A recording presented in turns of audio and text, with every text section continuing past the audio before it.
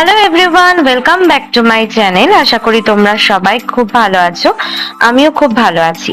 আজকে আমি চলে যাচ্ছি আমার নিজের বাড়ি নর্থ বেঙ্গল আলিপুরদুয়ারে। তো আমাদের ট্রেন ছিল রাত্রি 11:20-তে পদাতিক এক্সপ্রেস। তো আমরা বেরিয়ে গেছি, আমরা রাত্রি 10টায় বেরিয়েছি বাড়ি থেকে, আর এখন চলে এসেছি শিয়ালদায়। আর এখন ট্রেন ধরবো, আর শিয়ালদার কাছাকাছি এলেই মনটা খুব ভালো হয়ে যায়, কারণ অনেক দিন বাদে বাড়ি যাচ্ছি, বাট খুব বেশি দিনের জন্য না, মাত্র 2 দিনের জন্য বাড়ি যাচ্ছি। আর এই শিয়ালদায় চলে এসেছি। আর দেখো এখানে আমরা এখন নেমে গেছি, আর এই যে এইখানকার এই কালার চেঞ্জিং লাইট গুলো আমার খুবই ভালো লাগে। আর দুর্গাপুজোর সময় তো আরো বেশি ভালো লাগে, খুব সুন্দর সাজানো থাকে স্টেশনটা, আমার খুবই ভালো লাগে।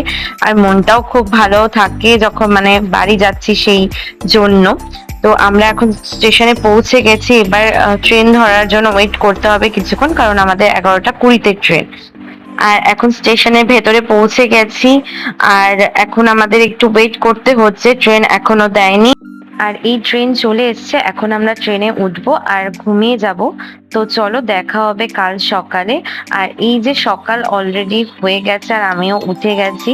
আর এই দেখো বাইরে কি সুন্দর চা বাগান, আর এই চা বাগান দেখা মাত্রই মনটা খুবই ভালো হয়ে যায়, কারণ বাড়ি খুব কাছাকাছি চলে এসেছি।